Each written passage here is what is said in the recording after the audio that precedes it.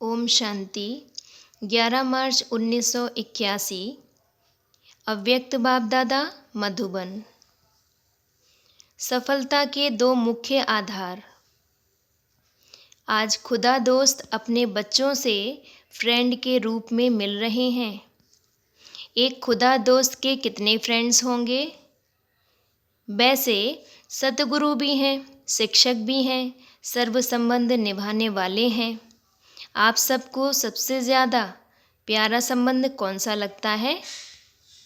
किसको टीचर अच्छा लगता, किसको साजन अच्छा लगता, किसको फ्रेंड अच्छा लगता है, लेकिन है तो एक ही ना। इसलिए एक से कोई भी संबंध निभाने से सर्व प्राप्ति हो ही जाएगी। यही एक जादूगरी है। जो एक से ही जो चाहो वह संबंध निभा सकते हो और कहाँ जाने की आवश्यकता ही नहीं। इससे कोई और मिले यह इच्छा खत्म हो जाती है। सर्व संबंध की प्रीत निभाने के अनुभवी हो चुके हो या अभी होना है? क्या समझते हो? पूर्ण अनुभवी बन चुके हो? आज ऑफिशियल मुरली चलाने नहीं आए हैं। बाप दादा भी अपने सर्व संबंधों से दूर दूर से आई हुई आत्माओं को देख हर्षित हो रहे हैं। सबसे दूरदेशी कौन है? आप तो फिर भी साकारी लोक से आए हो। बाप दादा आकारी लोक से भी परे निराकारी वतन से आकारी लोक में आए, फिर साकार लोक में आए हैं। तो सबसे दूरदेशी बाप हुआ या आप हुए? इस लोक से हिसाब से जो सबसे ज़्यादा दूर से आए हैं उन्हों को भी बाप दादा स्नेह से मुबारक दे रहे हैं। सबसे दूर से आने वाले हाथ उठाओ। जितना दूर से आए हो, जितने माइल्स चलकर आए हो, उतने माइल्स से पदम गुणा ऐड करके मुबारक स्वीकार करें। फॉरेनर्स अर्थात फॉर एवर ऐसे बरदानी होना। फॉरेनर्स नहीं लेकिन फॉर एवर। सदा सेवा के लिए एवर रेडी। डायरेक्शन मिला और चल पड़े। यह है फॉर एवर ग्रुप की विशेषता। अभी अभी अनुभव किया और अभी अभी अनुभव कराने के लिए हिम्मत रख सेवा पर उपस्थित हो जाते। यह देख बाप दादा भी अति हर्षित होते हैं। एक से अनेक सेवाधारी निमित्त बन गए। सेवा की सफलता के विशेष दो आधार हैं, वह जानते हो? कई उत्तर निकले। सबके उत्तर अपने अनुभव के हिसाब से बहुत राइट हैं। वैसे सेवा में व स्वयं की चढ़ती कला में सफलता का मुख्य आधार है एक बाप से अटूट प्यार। बाप सिवाय और कुछ दिखाई ना दे। संकल्प में भी बाबा, बोल में भी बाबा, कर्म में भी बाप का साथ। ऐसी लवलीन आत्मा एक शब्द भी बोलती है तो उसके स्नेह के बोल दूसरी आत्मा को भी स्नेह में बांध देते हैं। ऐसी लवलीन आत्मा का एक बाबा शब्द ही जादू की वस्तु का काम करता है। लवलीन आत्मा रूहानी जादूगर बन जाती है। एक बाप का लव अर्थात लवलीन आत्मा।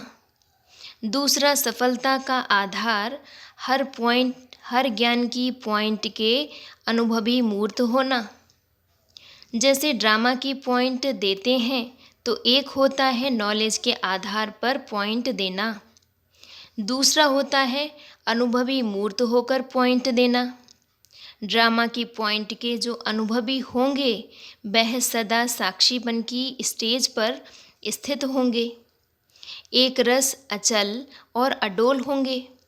ऐसी स्थिति में स्थित रहने वाले को अनुभवी मूर्त कहा जाता है। रिजल्ट में बाहर के रूप से भले अच्छा हो व बुरा हो, लेकिन ड्रामा के पॉइंट की अनुभवी आत्मा कभी भी बुरे में भी बुराई को ना देख अच्छाई ही देखेगी। अर्थात स्व के कल्याण का रास्ता दिखाई देगा। अकल्याण का खाता खत्म हुआ। कल्याणकारी बाप के बच्चे होने कारण, कल्याणकारी युग होने के कारण अब कल्याण खाता आरंभ हो चुका है। इस नॉलेज और अनुभव की अथॉरिटी से सदा अचल रहेंगे। अगर गिनती करो तो आप सबके पास कितने प्रकार की अथॉरिटीज़ हैं?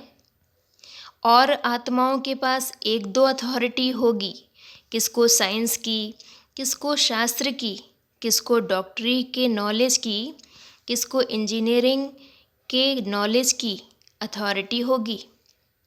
आपको कौन सी अथॉरिटी है? लिस्ट निकालो तो बहुत लंबी लिस्ट हो जाएगी।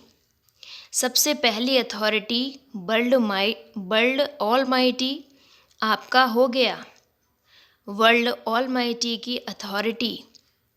जब वर्ल्ड ऑलमाइटी बाप आपका हो गया तो वर्ल्ड की जो भी अथॉरिटीज़ हैं वह आपकी हो गई। ऐसे लिस्ट निकालो। वर्ल्ड के आदि मध्य अंत के नॉलेज की अथॉरिटी, जिस नॉलेज के यादगार शास्त्र बाइबल व कुरान आदि सब हैं। इसीलिए गीता ज्ञान को सर्वशास्त्र व बुक्स का माई बाप कहते हैं। शिरोमणि कहा जाता है। डायरेक्ट गीता कौन सुन रहा है? तो अथॉरिटी हो गए ना।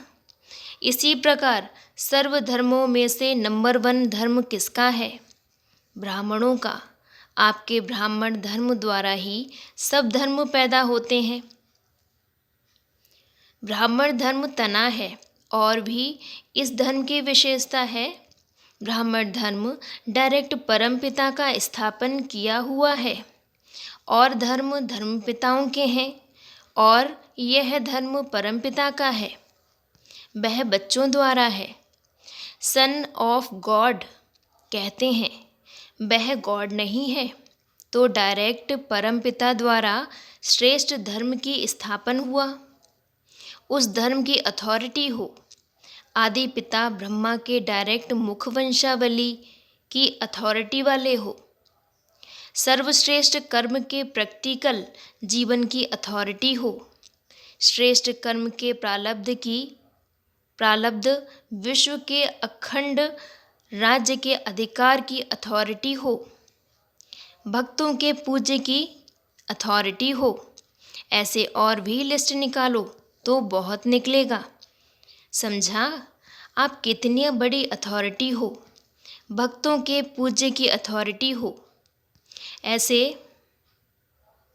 ऐसे और भी निकालो तो बहुत निकलेगा। आप कितनी बड़ी अथॉरिटी हो। ऐसे अथॉरिटी वालों को बाप भी नमस्ते करते हैं। यह सबसे बड़ी अथॉरिटी है। ऐसे अथॉरिटी वालों को देख बाप दादा भी हर्षित होते हैं। सबने बहुत अच्छी मेहनत कर सेवा के कार्य को विस्तार में लाया है। अपने भटके हुए भाई बहनों को रास्ता बताया है। प्यासी आत्माओं को शांति और सुख की अंजलि दे तृप्त आत्मा बनाने का अच्छा पुरुषार्थ कर रहे हैं। बाप से किया हुआ वायदा प्रैक्टिकल में निभा के बाप के सामने गुलदस्ते लाए हैं। चाहे छोटे हैं व बड़े हैं, लेकिन छोटे भी बाप को प्रिय हैं। अब यह वायदा तो निभाया है और भी विस्तार को प्राप्त करते रहेंगे। कोई ने नेकलेस बना के लाया है, कोई ने माला बना के लाई है, कोई ने कंगन, कोई ने रिंग बना के लाई है। तो सारी बाप दादा की ज्वेलरी, एक एक रत्न वैल्यूएबल रत्न है। ज्वेलरी तो बहुत बढ़िया लाई है बाप के सामने। अब आगे क्या करना है? ज्वेलरी को अब क्या करेंगे? पॉलिश। मधुबन में आए हो तो पॉलिश हो ही जाएगी। अब शोकेस में रखो। वर्ल्ड के शोकेस में यह ज्वेलरी चमकती हुई सभी को दिखाई दे।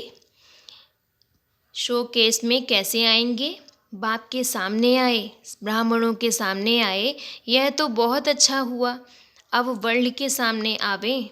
ऐसा प्लान बनाओ जो वर्ल्ड के कोने कोने से यह आवाज़ निकले कि यह भगवान के बच्चे कोने कोने में प्रत्यक्ष हो चुके हैं। चारों ओर एक ही लहर फैल जाए, चाहे भारत में चाहे विदेश के कोने कोने में।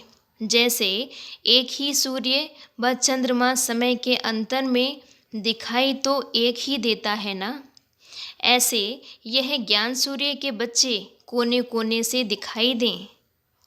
ज्ञान सितारों की रिमझिम चारों ओर दिखाई दे। सबके संकल्प में, मुख में यही बात हो कि ज्ञान सितारे ज्ञान सूर्य के साथ प्रकट हो चुके हैं। तब सब तरफ का मिला हुआ आवाज़ चारों ओर गूंजेगा और प्रत्यक्षता का समय आएगा।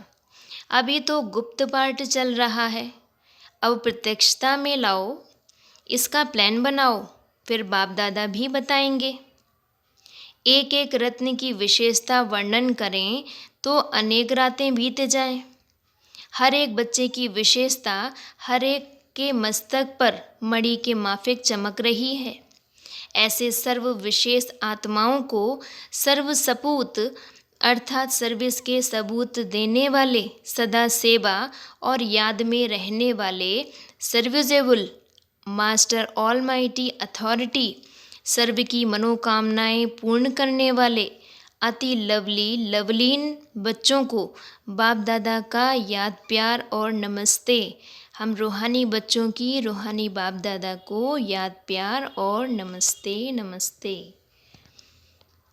प्रश्न है, बाप सदा बच्चों को आवाहन करते हैं। बाप को भी सभी बच्चे बहुत प्रिय हैं, क्यों? उत्तर, बच्चे ना हों तो बाप का नाम भी बाला ना हो। बाप को बच्चे सदा प्रिय हैं क्योंकि बाप हर बच्चे की विशेषता को देखते हैं। बाप बच्चों के तीनों कालों को जानते हैं, भक्ति में भी कितना धक्का खाया यह भी जानते हैं, और अब भी अपने अपने यथाशक्ति कितना पुरुषार्थ कर आगे बढ़ रहे हैं यह भी जानते हैं, और भविष्य में क्या बनने वाले हैं यह भी बाप के आगे स्पष्ट है। तो तीनों कालों को देख बाप को हर बच्चा अति प्रिय लगता है। बाप को हर बच्चा अति प्रिय लगता है। अच्छा जी, ओम शांति।